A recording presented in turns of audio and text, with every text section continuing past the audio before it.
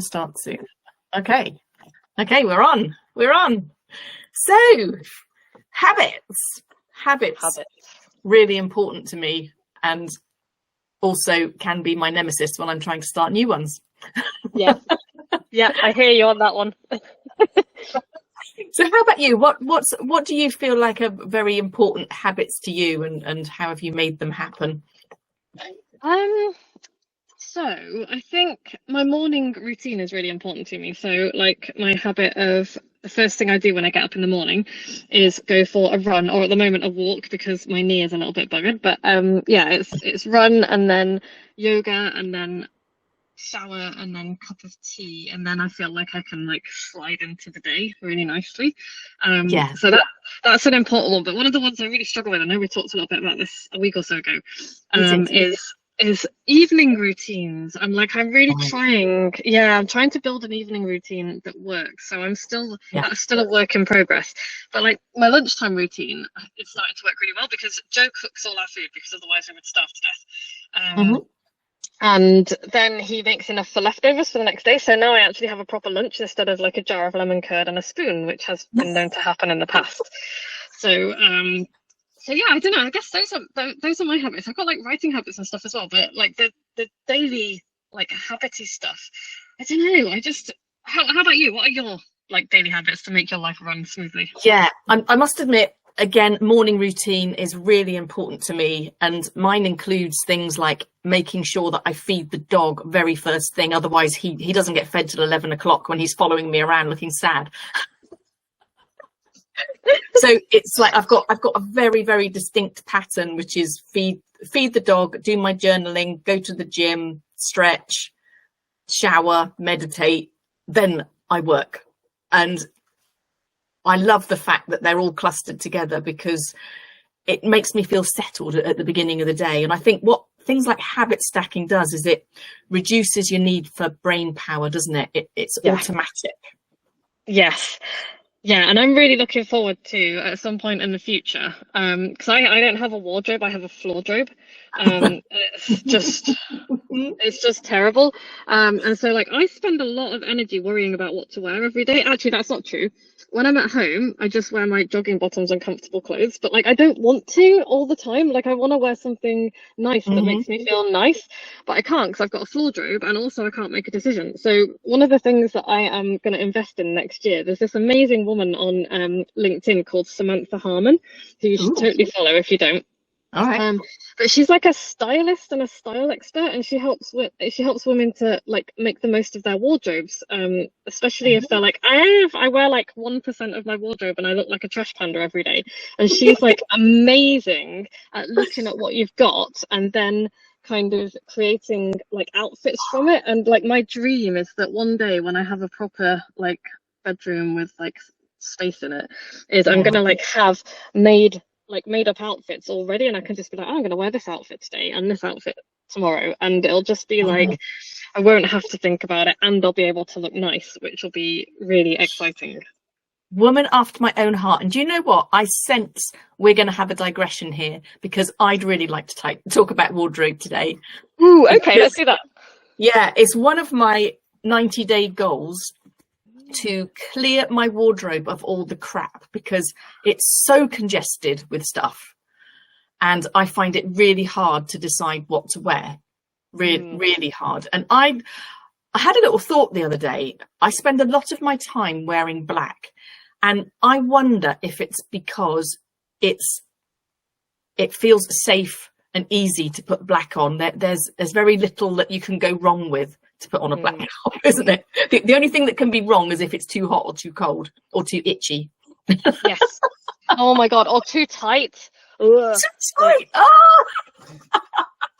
The sensory stuff. Yeah. And I feel like if I don't just have something black and easy to put on, I can spend ages putting things on and taking things off because it just doesn't feel right. And it sounds a bit pathetic, really, doesn't it? But it's like, it's not vanity. It's more like being able to feel settled and safe in what I've got on. It's an odd thing to sort of explain, but no, but I totally get that, and it doesn't sound ridiculous at all. And for me, it's the same for me. It's like, and there is a little bit of vanity in there because I do like to look nice, but also like I'm similar to you. Although I, like, a few years ago made a conscious decision not to wear black at all, which is why I usually look like a children's TV presenter.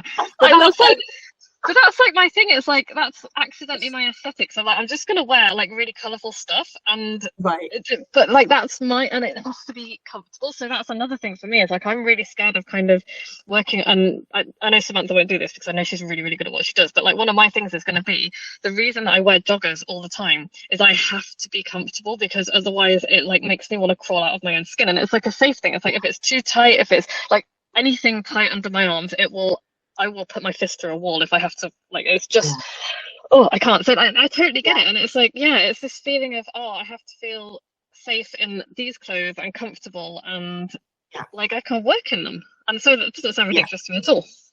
Yeah, exactly. And I'd be really interested to sort of see what Samantha has to say about, because I've always loved the idea of having a capsule wardrobe that you can just, all the bits go together in some way or another. My wardrobe is full of like little separate items that live in their own universe. Well, do you know what? Go find her on LinkedIn today, because she is she's about to launch her Own the Room thing, which is her, I think it's her 6-week program, but like a lot of it is to do with exactly what you've just said, but also about like confidence in a room and speaking and stuff. And it might be right up your street. Like I can't do it this time round, but I'm going to do it in springtime. And I'm just really excited about it. So she's kind of tying all of that like style together with confidence, and I just think that that's, like, from an ADHD point of view, is so cool, because it's one of the things that I think we really struggle with, because like I don't want to be bored. And when I used to wear all black clothing, I was like, it's just making me feel like probably like you said, it's like a little bit stuck. I'm stuck in my black clothing, and it's like I don't want to do that. And so it was kind of finding that, what's going to make me feel like stimulated enough, like what's gonna be really good fun for me to wear, but also not be too difficult to put together. Exactly. When you were saying about things being too tight, it reminded me of a time when I put on a little bit of weight, and I was in some like skinny jeans in the car, and I'd been fine in them most of the day, but when I was driving home they really started to annoy me.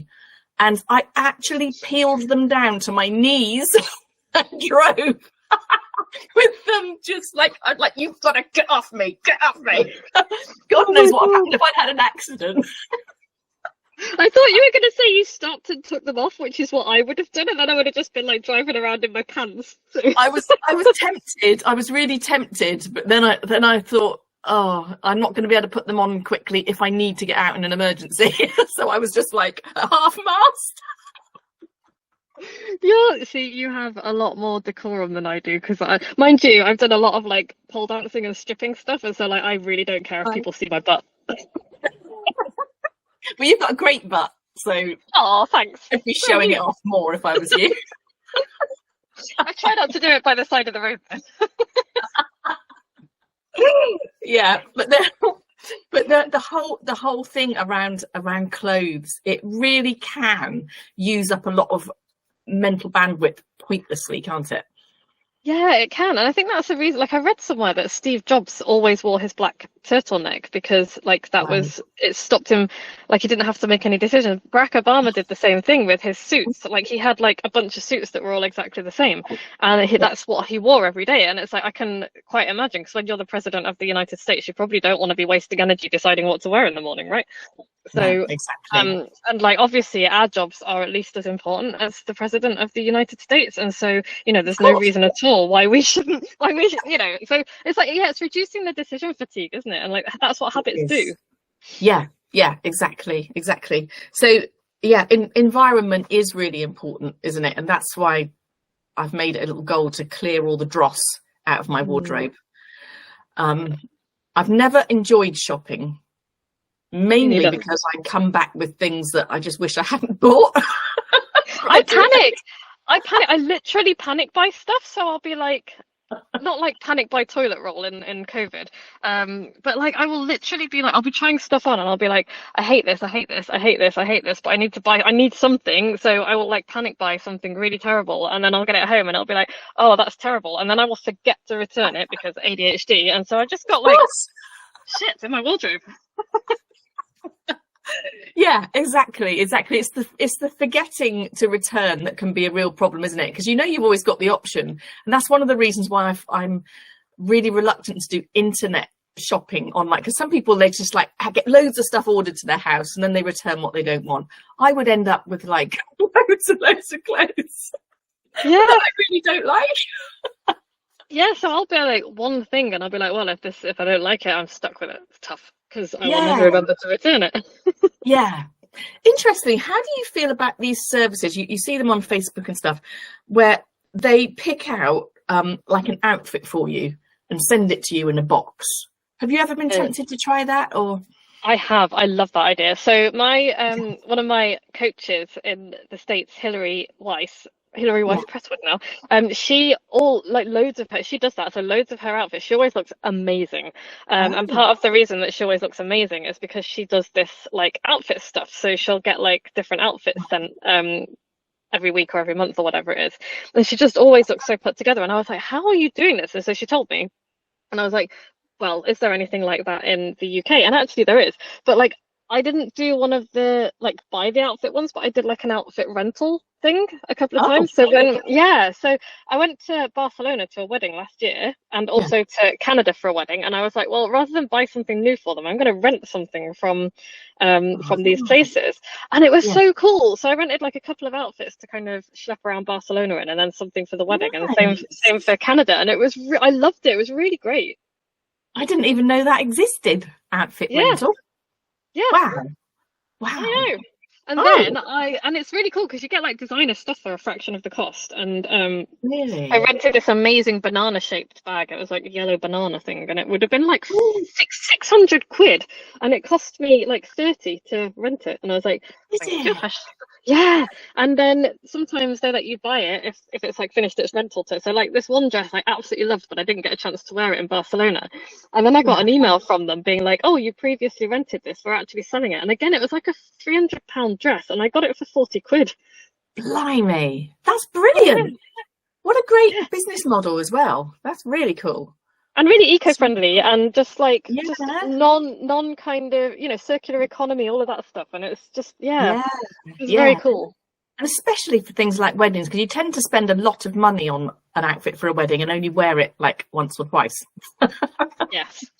Well, my friend Jodie, who owns a shop where I get some of my nicest clothes from in Ludlow, she would say, like, sequins are not only for Christmas. And she's totally right. It's like we have this idea that we can only wear special clothes on special occasions, and it's total bullshit. Yeah. So maybe we should turn that on its head and be like, well, it's a random Wednesday and I'm going to wear sequins today. Maybe we should wear ball gowns to do our recordings.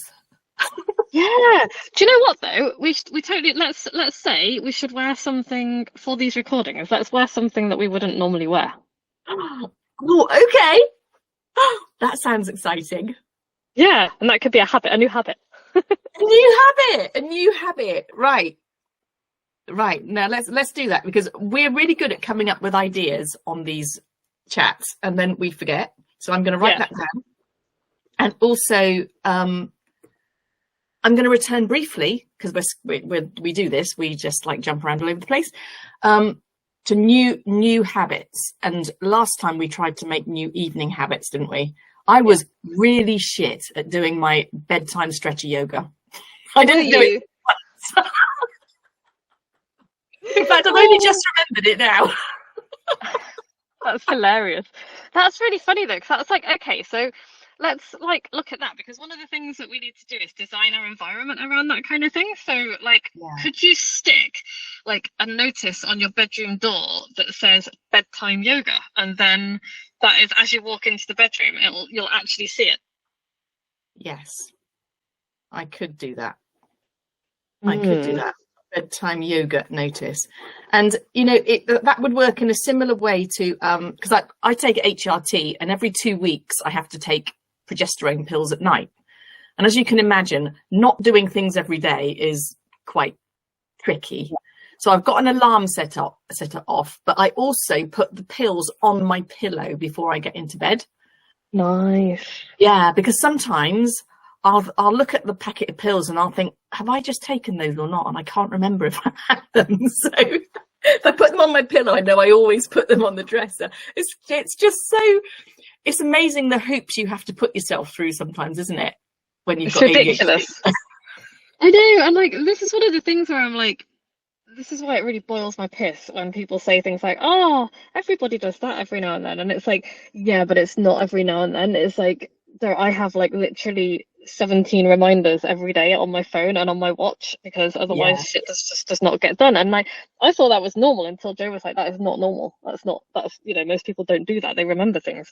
And so yeah, it's just like having, I think at the beginning of like the setting up habits, it's like design your environment as much as you can. Like I'm renovating a house and that just is not possible for me at the moment. Or just like set 1,000 reminders, like stick notes wherever you need them. Like, and I don't know about you, but I find that I stop seeing things that are there if they've been there for long enough. And sometimes I willfully ignore them because I'm a dick.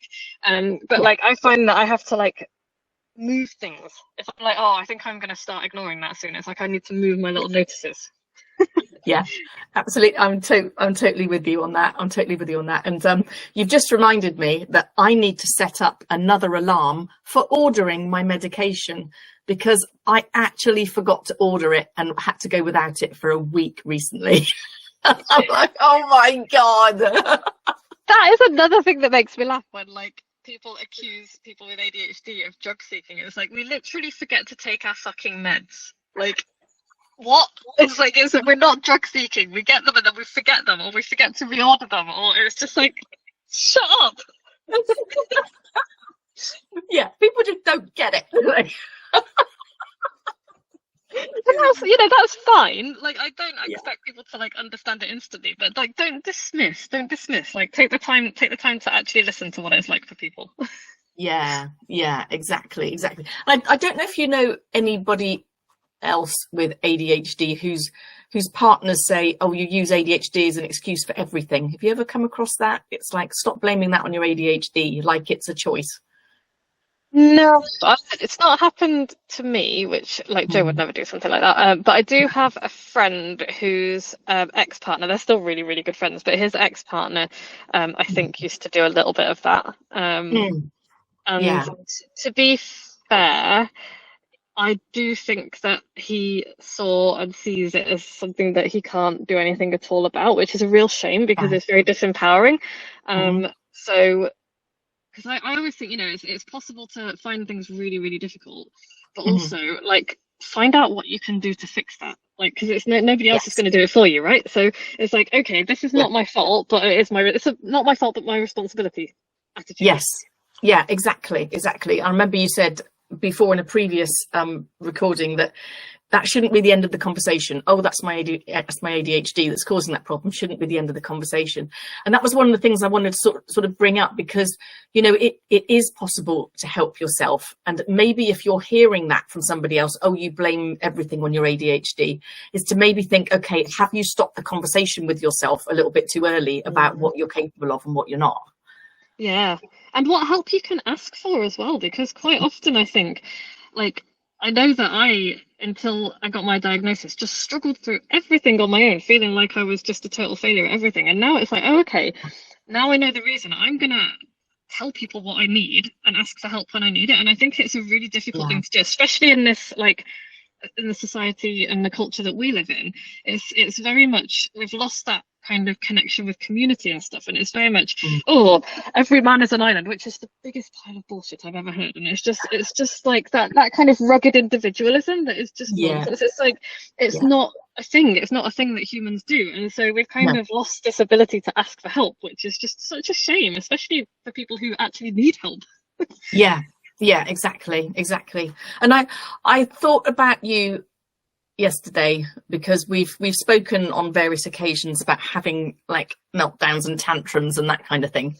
And I had a proper teary sob fest yesterday when I was trying to book some flights for December, and trying to think of all the things I also needed to organise, like car park and hotel and dog sitting and all that kind of thing. And the emotions that can bring up is just really quite difficult and uncomfortable, isn't it? And the thing that tipped me over the edge was making a decision between we'd been given a code for a hotel, because we're going to like a group event thing. We'd be given a code to use on the online checkout, and there was also a thing that the hotel offered that if you join our club, you get 15% off. And the thought of like, okay, what do I do? Do I join your club? Do I use this thing? And it literally tipped me over the edge into tears. Yeah. And it doesn't take a great deal, does it? If you've been like concentrating on something for half an hour, and then something else comes along that makes a difficult decision. Yeah, it can feel so shit. But I knew that having a few tears was probably the best thing for me to do, and just let it out. Yeah, definitely. And regroup, even if it makes you look a bit weird. It's like, oh, what's the matter? I feel like my son was there at the time. He's like, Mum, what's the matter? I was like, I tried to book flights. He was like, oh. Oh, I thought you were a real adult. But obviously not. Nobody's a real adult is something that I've discovered, which is horrifying when you consider what people are in charge of doing. Yeah, exactly. But actually, no, he was very understanding, because I think he has some similar problems himself with certain things. But yeah, just when you do feel frustrated about the limitations that sometimes you feel with the ADHD, it is okay, like you say, to ask for help or let out those feelings, because they've got to go somewhere. Oh yeah, 100%, because otherwise they're going to stay inside, and then you're going to like put your fist through a window or something, and that's not optimal. So yeah, suboptimal. Suboptimal, and it has been known to happen in the past. yeah, I've flung things across the room. So but yeah, and kind of circling it back around to habits again, I do think that kind of building habits in place as much as possible is just a way of mitigating that kind of overwhelm that leads to that kind of, meltdown. It's like, can you bring, what habits can I put into place to make sure that this is less overwhelming next time? Or like what routines or what systems can I put into place? Or how can I offload this on somebody who is more constitutionally suited to deal with it than me? Exactly. There is always the who can help me rather than what can I do, isn't there? Yeah. And sometimes it's literally just being sat with somebody while you're going through can help it feel a little bit less overwhelming. Yeah.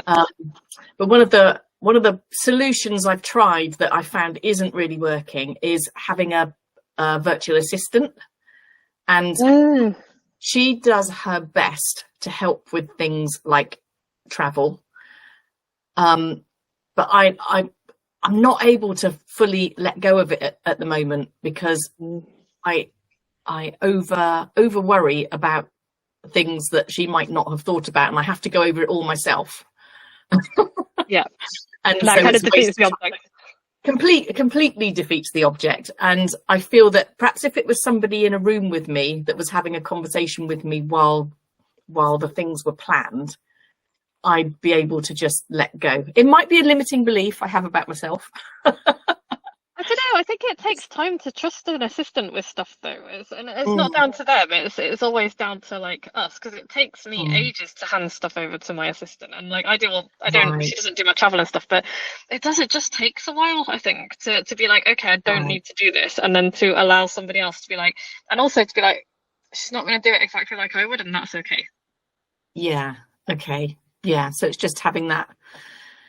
That trust, I suppose, develops over time, doesn't it? You just keep doing it, keep going, and it's interesting, isn't it? And on the access to work scheme, that you can get personal assistance as part of that support that's deemed as necessary for a lot of people with ADHD.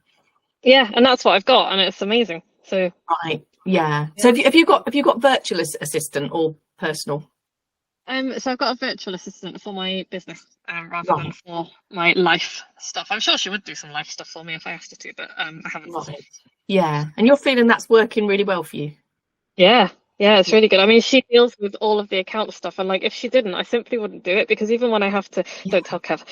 But like even when I have to like look at just like little, I'm like I can't bear it. Like I literally can't bear it, Yeah. and it just and this is something that I always struggle to explain to Kev as well. It's like I literally it makes me want to cry. It makes me want to cry and break things. I cannot bear it. And so like Yeah. even when she tries to get me to do the simplest stuff like upload my statements and things, which I obviously will do because I'm an adult, it's just I hate it. Like I Yeah. really hate it. I hate having to do it. I resent the whole thing, and it's just awful. So Yeah. she is absolutely worth her weight in gold to me. That's good. That's good. Are you able to identify exactly what it is about the process that you don't like? It's all the little moving parts. It's the details. It's going into the details. Like, because my attention to detail when it comes to something like writing or creativity is top Mm. notch. It's up there. But when it's something like rows of numbers and data, I literally don't give a shit. Like and I can't make myself like I know that it's money on my account. I know that it's my livelihood. Doesn't matter. It's money on a spreadsheet, and it's just it's like you know when somebody, I don't know if you get this, but if somebody gives you verbal instructions, all I hear is blah blah blah blah blah blah blah. Yeah. That's what I see when I see like a spreadsheet or a string of Yeah. numbers. That's what I see. It's like I don't want to say I've got I think I do have like a little level of dyspraxia actually, because like I get numbers transposed all the time. I can't remember strings of numbers. I really struggle with stuff like that. So yeah, anything like that is like no, I just nope out of it. And I try. It's not that I don't try. I really try really hard, and I can't. Yeah. Yeah. No, I'm totally with you with that, because the times I've tried to do my own bookkeeping and just really failed badly is yeah. And it's not like I can't do maths, because I can. You know, I've passed maths exams at school, but things like, you know, looking for the odd number that's wrong in a set, it's just like no. Yeah, and also if it's like only a couple of quid out, I'm like I literally don't care. Yeah, fuck it. If it's a couple of grand, I'll be on it like a, you know, it's like, oh, that's a big problem. But if it's a couple of quid, I'm like, I don't care. Yeah. It's yeah, I can totally relate to that. Totally relate to that. So Thanks. so yeah, I mean, Kev will understand that as well, because even though he's an accountant, he really just like finds it different. He has to put a real towel over his head to do strings and strings of numbers. You wouldn't believe that, would you? Because he's done it for years and years and years. But it's just like the bit he likes most about being an accountant is helping business owners solve their problems. Yeah, I know. And he's so good at that. So. Yeah, the rest of it's just periphery. Yeah. So we've done our half hour. Again, it goes so quickly. We go all over the place. We started with habits, wardrobe. We came back to habits though. We brought it back full circle. It was good. Yeah. We did. Is there any habit you're gonna give another go? Because it, you know, sometimes it's worth persisting. I'm going to keep persisting with my evening habits for sure, and I've got a new gym habit as well that I'm trying to build at the moment. I've got a personal trainer, and I'm really enjoying it. So I'm trying to build up a regular gym habit with her. So nice. Yeah, nice. That's really cool. That's really cool. Yeah. And I will make little stickers for myself for bedtime yoga. I'm going to do it immediately. Amazing. Awesome.